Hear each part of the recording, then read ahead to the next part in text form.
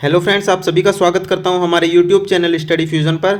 और जी हां दोस्तों, आज की वीडियो में लेकर आ गए हैं टेक्नीशियन बी फीटर ट्रेड का क्वेश्चन पेपर, जो कि दोस्तों इसरो की सैक यूनिट के द्वारा कराया गया था, स्पेस एप्लीकेशन सेंटर अहमदाबाद। ये जो क्वेश्चन पेपर है दोस्तों, ये 2020 में जो भर्ती आई थी उसका क्वेश्चन पेपर है। इसका जो एग्ज़ाम हुआ था दोस्तों, ये एग्ज़ाम लिया गया था 21 जून 2023 को। और ये जो दोस्तों क्वेश्चन पेपर है, ये 100 क्वेश्चंस का क्वेश्चन पेपर है, और जिसको करने के लिए 2 आवर्स का टाइम दिया गया है, यानी कि 120 मिनट। 120 मिनट में आपको 100 क्वेश्चन अटेम्प्ट करने हैं। एक बात और ध्यान रखिएगा, ये जो एग्ज़ाम हुआ था ये CBT बेस्ड था। तो जो भी स्टूडेंट्स फीटर ट्रेड से हैं और टेक्नीशियन भी इसरो की तैयारी कर रहे हैं, उसके लिए ये जो क्वेश्चन पेपर है ये काफ़ी इंपॉर्टेंट हो सकता है, क्योंकि बहुत सारे क्वेश्चन हमारे प्रीवियस ईयर से ही पूछे जाते हैं। बहुत से तो सिमिलर क्वेश्चन होते हैं, या फिर बहुत से उन्हीं रिलेटेड टॉपिक से क्वेश्चंस पूछे जाते हैं। तो उम्मीद करूंगा कि ये वीडियो आपको बहुत ही सहायता करेगी आपकी तैयारी में। तो बिना किसी देरी के दोस्तों क्वेश्चंस की तरफ बढ़ेंगे।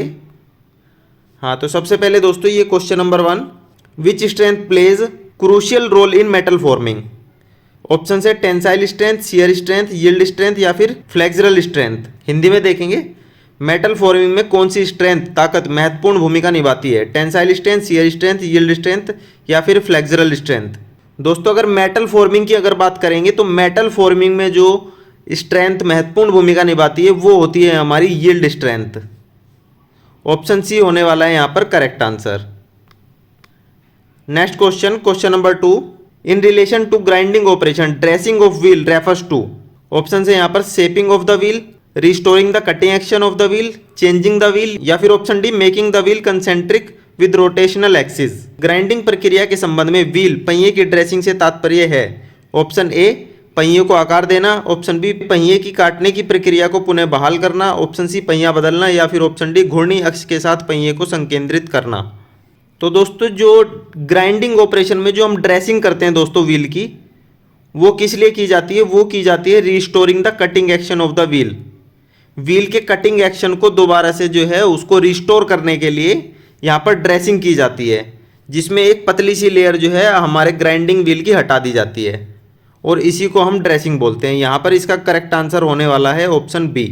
The process of producing a flat sheet for a bolt head at opening of the drilling hole is.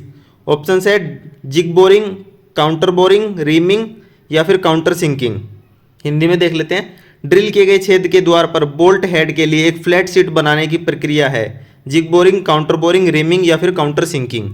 तो दोस्तों कोई भी जैसे होल किया गया है ड्रिल के लिए, उसके ऊपर यहाँ पर अगर बोल्ट हेड के लिए एक सीट बनाई जाती है, तो इस प्रकार यहाँ पर एक होल और तैयार किया जाता है।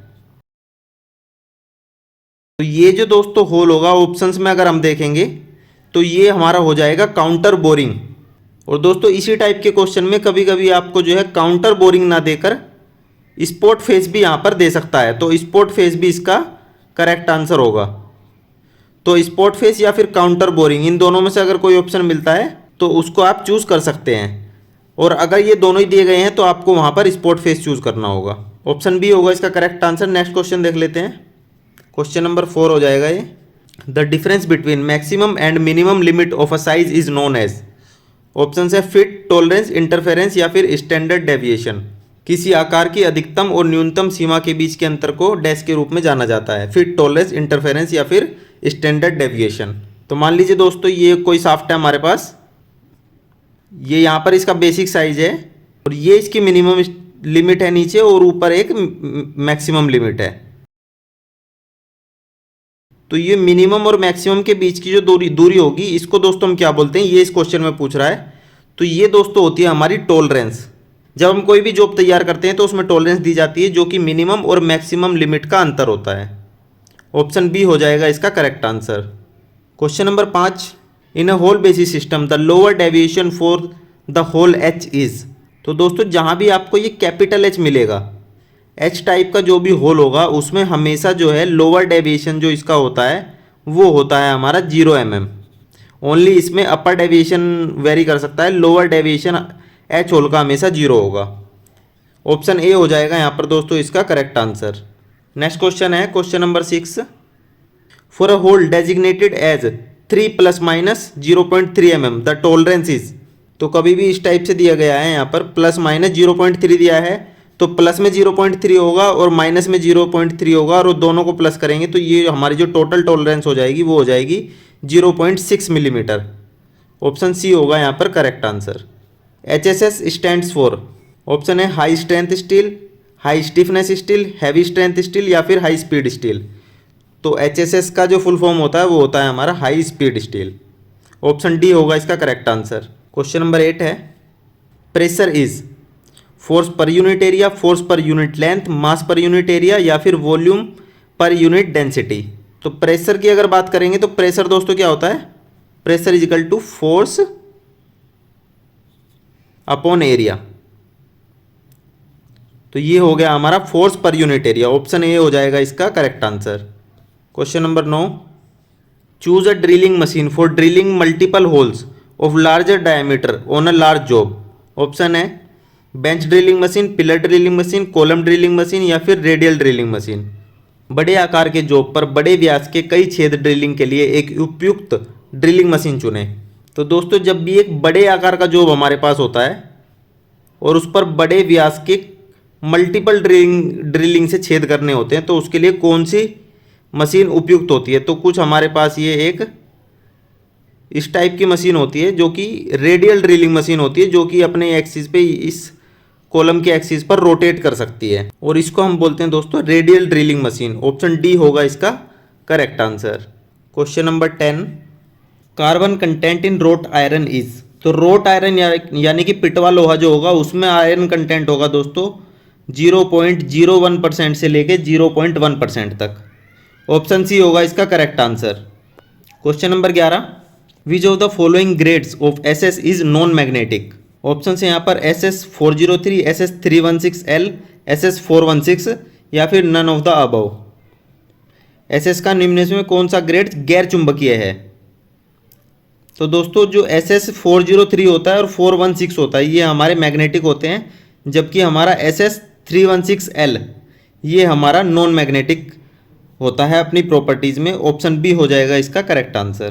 Question number 12, a fit designated as 30H7D6 is. Option से clearance fit, transition fit, interference fit या फिर टॉलरेंस फिट। 30H7D6 के रूप में नामित एक फिट है, तो ये ऑप्शन है यहाँ पर। तो दोस्तों जब भी फिट की बात आती है तो आपका जो ये फर्स्ट वाला होल की जो टॉलरेंस है मैक्सिमम केसेस में ये कांस्टेंट रहती है, H7 ही इसको रखा जाता है। जो पीछे की वैल्यू है सिर्फ यही चेंज होती है। तो यहाँ पर H7 और D6 यहाँ पर दिया गया है। तो मैं आपको बता देता हूँ, अगर ये सेकंड वैल्यू जो है हमारी A से लेकर H तक आती है तो ये क्लियरेंस फिट होगी। उसके बाद J से लेकर N तक आती है तो ये होगी हमारी ट्रांजिशन फिट। और वहीं पर P से लेकर ZC लास्ट ग्रेड होता है इसका, इसके बीच में वैल्यू है तो ये हमारी हो जाएगी इंटरफेरेंस फिट। तो D दोस्तों कहाँ पर आएगा, D A से H के बीच में कहीं पर आएगा। तो इस प्रकार से ये जो फिट हो जाएगी ये हो जाएगी हमारी क्लियरेंस फिट। ऑप्शन ए हो जाएगा इसका correct answer. Question number 13, the width of cut produced by gas cutting operation is called. Bevel, gouging, curve या फिर डैम्प। गैस कटिंग ऑपरेशन द्वारा उत्पादित काट की चौड़ाई कहलाती है बेवल, गोजिंग, कर्व या फिर डैम्प। तो दोस्तों गैस कटिंग से जो कट प्रोड्यूस होता है उसको हम बोलते हैं curve, KERF curve. Option C हो जाएगा इसका correct answer. 14 number question, which of the following part of file is neither hardened nor tempered. Option A as, option B heal, option C Tang या फिर ऑप्शन डी बॉडी। तो दोस्तों अगर file की बात करेंगे तो ये कुछ इस टाइप की हमारी फाइल होती है। तो आगे का जो ये जो पोर्शन होता है दोस्तों जो कटिंग करता है ये तो हमारा हार्डन एंड टेम्पर होता है। जो पीछे का ये पोर्शन होता है इसको दोस्तों हम बोलते हैं टैंग, जो कि हार्डन एंड टेम्पर नहीं किया जाता है। तो इसका यहाँ पर ऑप्शन करेक्ट हो जाएगा option C tang. Question number 15, the spiral grooves which run to the length of the drill are known as. Option है टैंक, फ्लूट्स, पॉइंट या फिर बॉडी। ड्रिल की लंबाई तक चलने वाले सर्पिल खांचे स्पाइरल ग्रूव को डैश के रूप में जाना जाता है। टैंक, फ्लूट, बिंदु या फिर शरीर। तो दोस्तों जो हमारी ड्रिल होती है उसमें कुछ ग्रूव्स कटे होते हैं जो कि हमारे चिप्स को निकालने का काम करते हैं। ये जो ग्रूव्स हैं दोस्तों ये कहलाते हैं हमारे फ्लूट्स। तो ऑप्शन बी यहाँ पर इसका करेक्ट आंसर होने वाला है। नेक्स्ट क्वेश्चन देखते हैं, question number 16। In tapping operation the first tap, second tap and bottoming tap differs in their dash. Option है thread pitch, thread size, taper lead या फिर type of thread. Tapping operation में पहला tap, दूसरा tap और bottoming tap में dash भिन्न होता है। थ्रेड पिच, थ्रेड का माप, टेपर लीड या फिर थ्रेड का प्रकार। तो दोस्तों first, second and bottoming tap में जो डिफरेंस होता है वो उसके टेपर लीड में होता है डिफरेंस। ऑप्शन सी हो जाएगा इसका correct answer. Question number 17। Ultrasonic test is use to determine. Option A toughness, option B shear strength, option C endurance limit या फिर option D crack location. Ultrasonic परीक्षण का उपयोग डैश तय करने के लिए किया जाता है। Toughness, shear strength, endurance limit या फिर दरार का स्थान।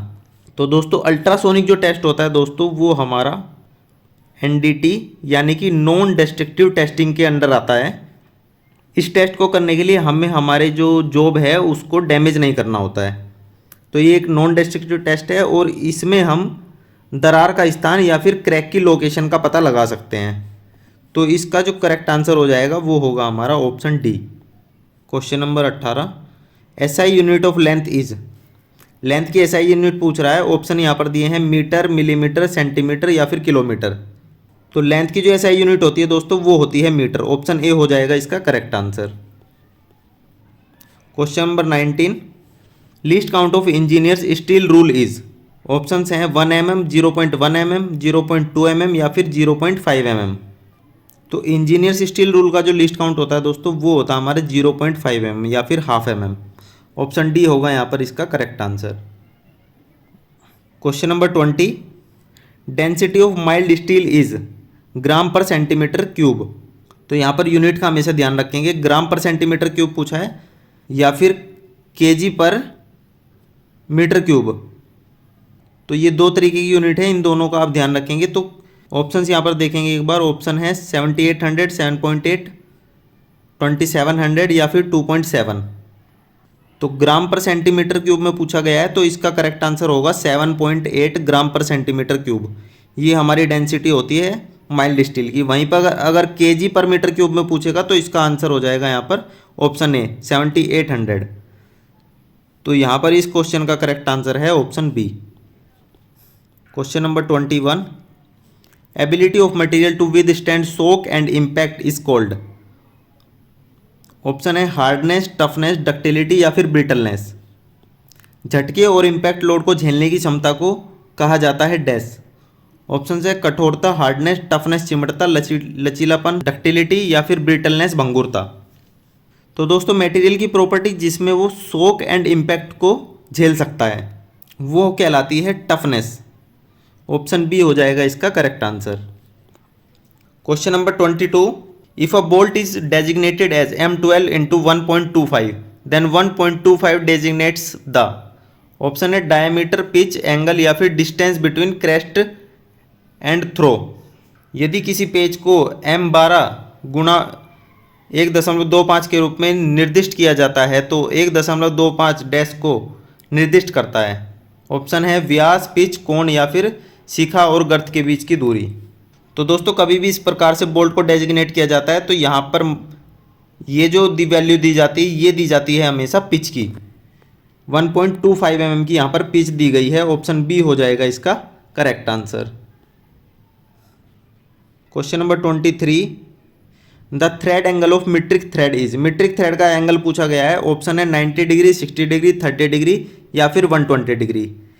तो मीट्रिक थ्रेड का जो दोस्तों एंगल होता है वो होता है हमारा 60 डिग्री। ऑप्शन बी हो जाएगा इसका करेक्ट आंसर। नेक्स्ट क्वेश्चन देखते हैं। The thread angle of Acme thread in degrees is. Option है 45, 39, 29 या फिर 23। तो एक्मे थ्रेड दोस्तों कुछ इस टाइप की होती हैं और इनके बीच का जो दोस्तों एंगल होता है वो होता है हमारा 29 डिग्री का। ऑप्शन सी इसका करेक्ट आंसर होगा। नेक्स्ट क्वेश्चन है 25, the crest radius of Whitworth thread in terms of pitch P. Option है यहाँ पर पी 0.41 पी, 0.14 पी या फिर 0.5 पी। तो कभी भी दोस्तों क्रेस्ट रेडियस या फिर रूट रेडियस,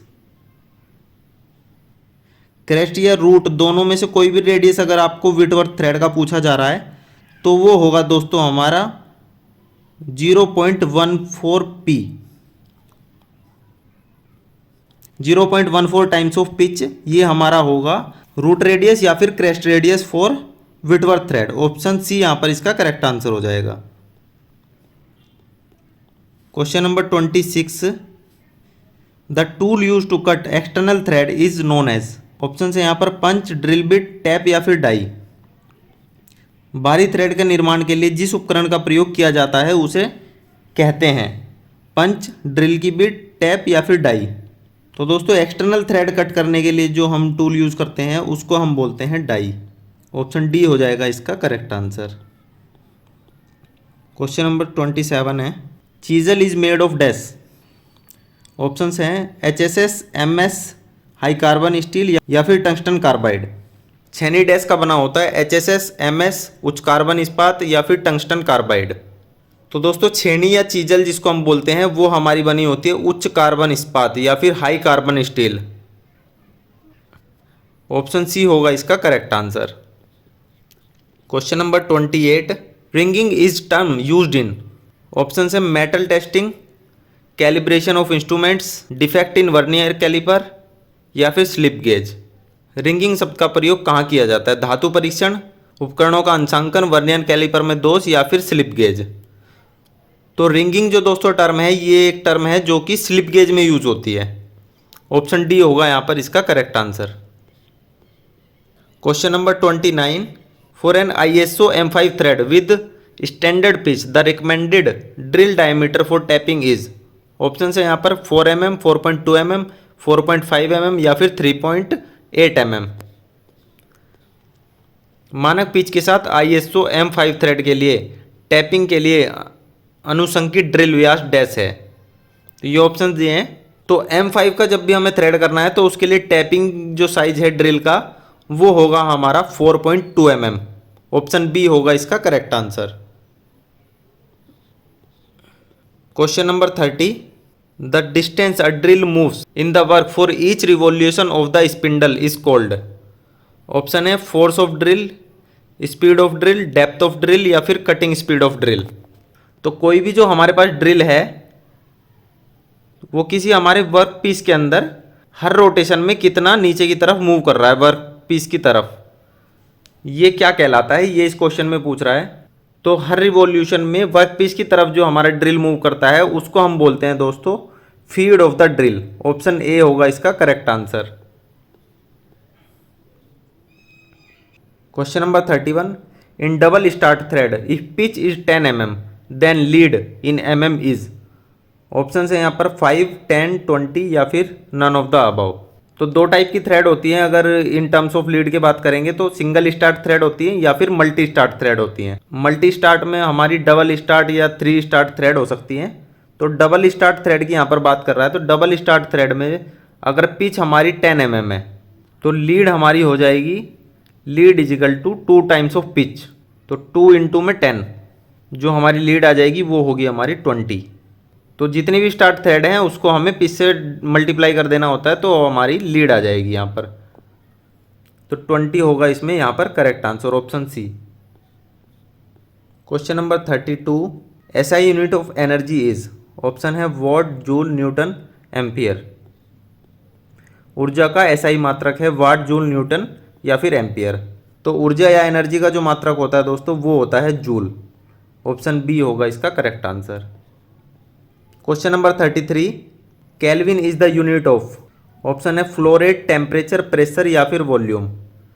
तो केल्विन किसकी यूनिट है? केल्विन जो यूनिट है दोस्तों वो है हमारे टेम्परेचर की। ऑप्शन बी होगा यहाँ पर correct answer. Newton metre is unit of.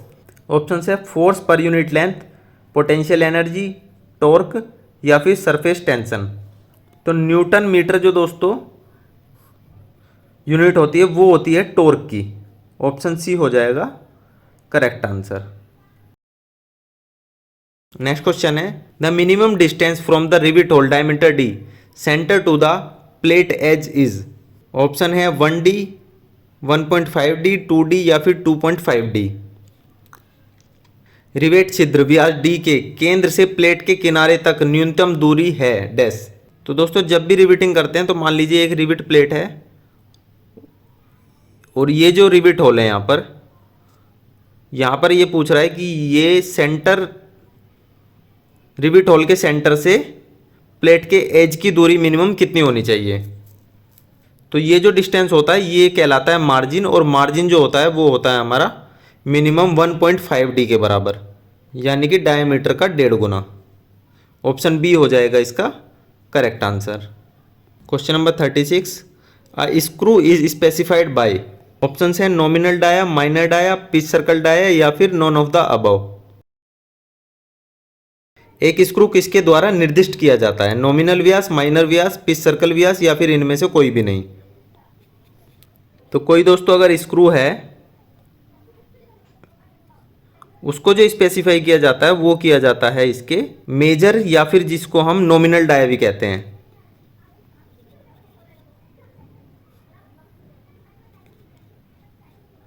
तो नॉमिनल या फिर मेजर डाया इसको हम बोल सकते हैं। ऑप्शंस में अगर देखेंगे तो ऑप्शन ए यहां पर दिया गया है नॉमिनल डाया। ऑप्शन ए हो जाएगा इसका correct answer. Question number 37 which of the following material is having maximum brittleness. Options हैं यहाँ पर कॉपर, कास्ट आयरन, SS304 या फिर माइल्ड स्टील। निम्नलिखित में से किस सामग्री में अधिकतम भंगुरता ब्रिटलनेस है, तांबा, कास्ट आयरन, SS304 या फिर माइल्ड स्टील। तो दोस्तों सबसे अधिक भंगुरता या फिर ब्रिटलनेस की बात करेंगे तो यहाँ पर कॉपर ब्रिटल नहीं होता है, माइल्ड स्टील भी ब्रिटल नहीं होता है, और कास्ट आयरन और SS304 में बात करेंगे तो यहाँ पर ब्रिटल होता है दोस्तों कास्ट आयरन। ऑप्शन बी हो जाएगा इसका correct answer. Question number 38 jig is used for. Option है holding the job and guiding the tool, holding the job only, setting work piece on machine या फिर easy movement of job. Jig का प्रयोग किसके लिए किया जाता है, जॉब को पकड़ना और टूल का मार्गदर्शन करना, केवल जॉब को धारण करना, मशीन पर वर्कपीस को सेट करना या फिर जॉब की आसान आवाजाही। तो दोस्तों जिग एंड फिक्सचर का क्वेश्चन है। तो जिग हमारा क्या काम करता है दोस्तों, वो हमारी जॉब को होल्ड भी करता है और टूल को गाइड भी करता है। वहीं पर अगर फिक्सचर की बात करेंगे तो फिक्सचर ओनली जॉब को होल्ड करता है जबकि टूल को गाइड नहीं करता है। तो जिग की अगर बात करेंगे यहाँ पर ऑप्शन ए हो जाएगा इसका correct answer, holding the job and guiding the tool. Question number 39 दोस्तों the property of metal to be formed into wires is called. Option है मेलेबिलिटी, डक्टिलिटी, टफनेस या फिर हार्डनेस। धातु का वह गुण जिसके कारण उसे तार में खींचा जा सकता है डैश कहलाता है। ऑप्शन है यहाँ पर आघात वर्धनीयता, मेलेबिलिटी, तन्यता, टफनेस या फिर कठोरता। तो धातु का वह गुण जिससे उसको लंबे तारों में खींचा जा सकता है वो हमारी कहलाती है तन्यता, या फिर इंग्लिश में बात करेंगे तो डक्टिलिटी। ऑप्शन बी हो जाएगा इसका correct answer. Question number 40 a metal with thickness 7 mm and 0.1 mm respectively will be called. Option है यहाँ पर sheet sheet plate, plate foil या फिर शीट फॉइल। तो मेटल की 2 थिकनेस दी गई हैं और पूछ रहा है कि वह इनमें से क्या ऑप्शन होगा। तो दोस्तों प्लेट जो होती है ये हमारी 6 mm या फिर उससे ज़्यादा जो थिकनेस होगी वो हमारी प्लेट काउंट की जाती है। वहीं पर शीट की अगर बात करेंगे तो शीट हमारी 0.5 mm से लेकर 6 mm के बीच जो थिकनेस आएगी वो हमारी शीट कहलाती है, और 0.5 mm से जो कम थिकनेस की जो होती हैं वो कहलाती हैं फॉइल। जैसे कि आपने एल्यूमिनियम फॉइल देखा होगा वो काफ़ी पतला होता है, वहीं पर जो थिकनेस जैसे जैसे बढ़ती जाएगी वो 6 mm से ज़्यादा होती है वो प्लेट बन जाती है। तो यहाँ पर 7 mm दिया गया है, 7 mm हमारा हो जाएगा प्लेट और 0.1 mm हो जाएगी हमारी फॉइल। तो प्लेट एंड फॉइल ये किस ऑप्शन में दिया गया है यहाँ पर? ऑप्शन सी में। ऑप्शन सी हो जाएगा इसका correct answer. Question number 41, which of the following principles is used in jig and fixtures? Option है 2-3-1 प्रिंसिपल, 3-2-1 प्रिंसिपल, 1-2-3 प्रिंसिपल या फिर नन ऑफ द अबव। तो दोस्तों जिग एंड फिक्चर के लिए एक हम प्रिंसिपल यूज करते हैं जिसको हम बोलते हैं प्रिंसिपल ऑफ लोकेशन। ये प्रिंसिपल ऑफ लोकेशन होता है जिसमें हमें एक एक्सिस में 3 सपोर्ट देने होते हैं, सेकंड एक्सिस में 2 सपोर्ट और थर्ड एक्सिस में 1 सपोर्ट। तो इस प्रकार से ये जो प्रिंसिपल कहलाता है ये कहलाता हमारा 3-2-1 प्रिंसिपल। ऑप्शन बी हो जाएगा इसका correct answer. Question number 42, lead is lighter than dash. Options हैं स्टेनलेस स्टील, मरकरी, एल्यूमिनियम या फिर हाई स्पीड स्टील। सीसा लेड डैश से हल्का होता है, स्टेनलेस स्टील, पारा, एल्यूमिनियम या फिर उच्च गति स्टील। तो लेड की अगर दोस्तों बात करेंगे तो ये भी काफ़ी भारी मेटल होता है, लेकिन इन सभी मटेरियल में अगर बात करेंगे तो इनमें जो सबसे भारी मटेरियल है दोस्तों वो है हमारा मरकरी। ये मेटल हमारा सबसे डेंस और भारी होता है। तो लेड जो हमारा होता है ये मरकरी से हल्का होता है। तो इस प्रकार इसका जो करेक्ट आंसर हो जाएगा वो हो जाएगा option B mercury. Question number 43, emery paper number 320 is smoother than the emery paper number 100, 400, 1000 या फिर none of these. Emery paper number 320 emery paper number dash की तुलना में अधिक चिकना स्मूथ है। ऑप्शन है 100, 400, 1000 या फिर इनमें से कोई नहीं। तो एमरी पेपर की अगर दोस्तों बात करेंगे तो ये कम से ज़्यादा की तरफ बढ़ता है, जैसे 20, 30 ऐसे बढ़ता बढ़ता ये हाई वैल्यूज़ तक जा सकता है, जैसे कि 1000 तक। तो एमरी पेपर का नंबर जितना कम होगा वो उतना ही कोर्स होगा और जितना ज़्यादा होगा वो उतना ही ज़्यादा फाइन होगा। तो फाइन जितना होगा वो उतना ही स्मूथ या चिकना कहलाता है, और वहीं पर कोर्स जो होगा वो हमारा उतना ही ज़्यादा खुरदरा होगा। तो यहाँ पर 320 दिया गया है। 320 किससे ज़्यादा स्मूथ होगा दोस्तों? 320 से जो कम वाला नंबर है वो हमें यहाँ पर देखना है। तो यहाँ पर दिया गया है सिर्फ एक ऑप्शन, वो है हमारा 100। 320 हमारा 100 से ज़्यादा फाइन या स्मूथ होगा। ऑप्शन ए हो जाएगा इसका correct answer. Question number 44, the distance moved by bolt by 1 rotation of nut is called. Option है पिच, क्रेस्ट, थ्रो या फिर लीड। नट के एक घूर्णन पर बोल्ट द्वारा चली गई दूरी कहलाती है पिच, क्रेस्ट, गर्त या फिर लीड। तो नट के एक रोटेशन पर बोल्ट के द्वारा जो चली गई दूरी है दोस्तों वो कहलाती है हमारी लीड। तो हमारा बोल्ट जो है नट के एक रोटेशन में जो एक्सियली एडवांस करता है वो हमारा जो हो जाता है वो उसको ही हम बोलते हैं लीड। ऑप्शन डी होगा इसका करेक्ट आंसर। अगर सिंगल स्टार्ट थ्रेड है तो हमारा जो लीड होती है दोस्तों वो पिच के बराबर होती है। वहीं पर अगर मल्टी स्टार्ट थ्रेड में मान लीजिए 2 स्टार्ट थ्रेड है, डबल स्टार्ट थ्रेड जिसको बोलते हैं, डबल स्टार्ट थ्रेड है, तो वहीं पर लीड हमारी हो जाएगी 2p के बराबर। वहीं पर अगर 3 स्टार्ट थ्रेड है तो लीड हमारी हो जाएगी 3 टाइम्स ऑफ पिच। इस प्रकार से लीड और पिच का ये रिलेशन चलता है। Question number 45, bronze is an alloy of. Option है यहाँ पर copper and zinc, copper and tin, copper, tin and zinc या फिर नॉन ऑफ दीज। कांस्य डैश की मिश्र धातु है, कॉपर और जिंक, तांबा और टिन, कॉपर, टिन, जिंक या फिर इनमें से कोई नहीं। तो ब्रास और ब्रोंज, इसके लिए एक ट्रिक याद रखेंगे, ब्रास या फिर ब्रोंज। इसके लिए आपको याद रखना है कुजन, और ब्रोंज के लिए याद रखना है कुटन। ब्रास ब्रोंज इस सीरियल में आप इसको याद रखिएगा, ब्रास एंड ब्रोंज, कुजन, कुटन।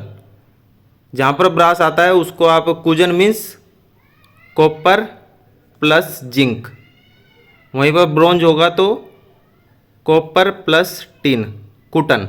इस तरीके से आप इसको ट्रिक के माध्यम से भी याद रख सकते हैं। ये बहुत ही ज़्यादा रिपीट किया जाता है क्वेश्चन, ब्रास और ब्रोंज के लिए। तो यहाँ पर ब्रोंज के लिए यहाँ पर इसका करेक्ट आंसर हो जाएगा कुटन यानी कि copper plus tin. Option B हो जाएगा इसका correct answer. Question number 46, density of aluminium is dash gram per centimetre cube. Options हैं 1.5, 2.7, 4.6 या फिर 7.8।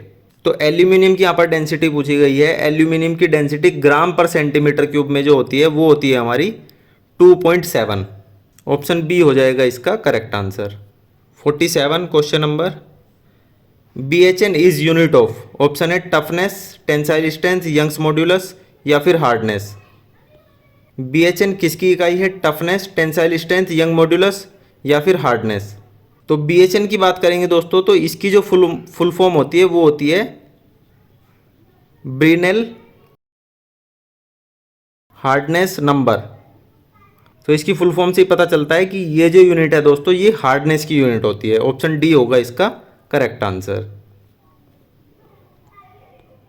Question number 48, lancing is a dash.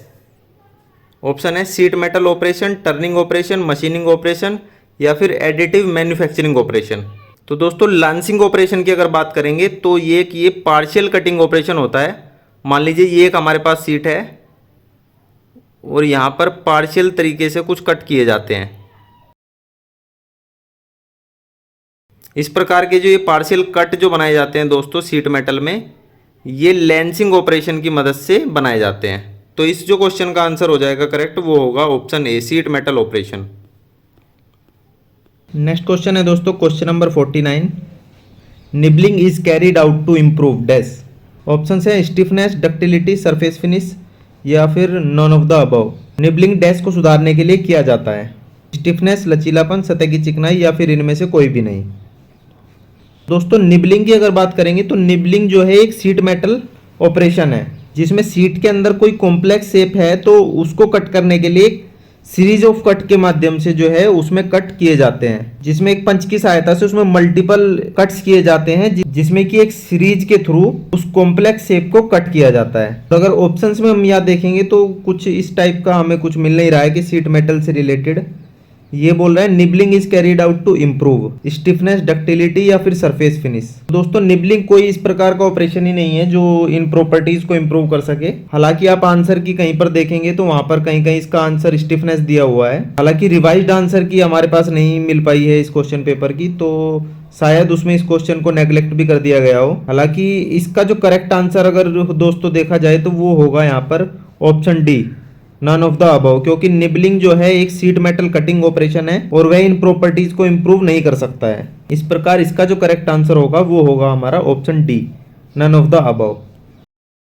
Next question है question number 50, thread inserts are used to. Option है improve toughness, improve fitting, improve wear resistance या फिर reduce threading time. Thread insert का उपयोग किस हेतु के लिए किया जाता है? टफनेस में सुधार, फिटिंग में सुधार, घिसाव प्रतिरोध में सुधार, थ्रेडिंग का समय कम करने में। तो दोस्तों थ्रेड इंसर्ट क्या होती है? ये कुछ इस प्रकार की हमारी ये इंसर्ट होती है। मैं एक बार शेप बनाकर दिखा देता हूँ। और यहाँ पर इंटरनल इसमें थ्रेड कटी होती है। तो कोई भी जो सॉफ्ट मटेरियल होता है लाइक वुड हो गया या फिर प्लास्टिक हो गया, उसके अंदर हमें थ्रेड प्रोवाइड करने के लिए एक इंसर्ट हम लगा देते हैं जिससे कि हमें एक फिटिंग करने में सुविधा रहे। तो इस थ्रेड इंसर्ट के अंदर अब हम आसानी से कोई भी बोल्ट या स्क्रू को इंसर्ट कर सकते हैं। तो इसलिए ये यहाँ पर थ्रेड इंसर्ट प्रोवाइड की जाती है। तो अगर ऑप्शंस को यहाँ पर देखेंगे तो improve toughness, improve fitting, improve wear resistance या फिर रिड्यूस थ्रेडिंग टाइम। तो इसमें जो सबसे ज़्यादा सूटेबल आंसर मेरे को लग रहा है दोस्तों वो है यहाँ पर ऑप्शन बी, इम्प्रूव फिटिंग, क्योंकि थ्रेड इंसर्ट प्रोवाइड करने के बाद जो है हमारी फिटिंग में इम्प्रूवमेंट आ जाता है। तो इस प्रकार इस क्वेश्चन का जो करेक्ट आंसर मेरे हिसाब से होना चाहिए वो होगा ऑप्शन बी। तो दोस्तों आज की इस वीडियो में हम इतने ही क्वेश्चन सोल्व करेंगे। 50 क्वेश्चन हम सोल्व कर चुके हैं, बाकी के 50 क्वेश्चन नेक्स्ट वीडियो में मैं आपके लिए लेकर आ जाऊंगा। हमारे फिटर के जितने भी स्टूडेंट इस वीडियो से जुड़े हैं, उम्मीद करता हूं उनको ये वीडियो काफ़ी पसंद आई होगी, आपको कुछ जानने के लिए मिला होगा और आपकी तैयारी में ये वीडियो भी कुछ योगदान दे पाएगी। आप सभी से रिक्वेस्ट करूंगा, अगर हमारे चैनल से आप पहली बार जुड़े हैं तो हमारे चैनल को सब्सक्राइब जरूर कर लें। ये वीडियो आपको अगर पसंद आई है तो इसको लाइक कर दें और अपने दोस्तों के साथ इसको शेयर कर दें। इसी तरीके की और भी वीडियोस मैं इन फ्यूचर भी आपके लिए लेकर आता रहूँगा। मिलते हैं दोस्तों आपसे नेक्स्ट वीडियो में, तब तक के लिए thank you and take care.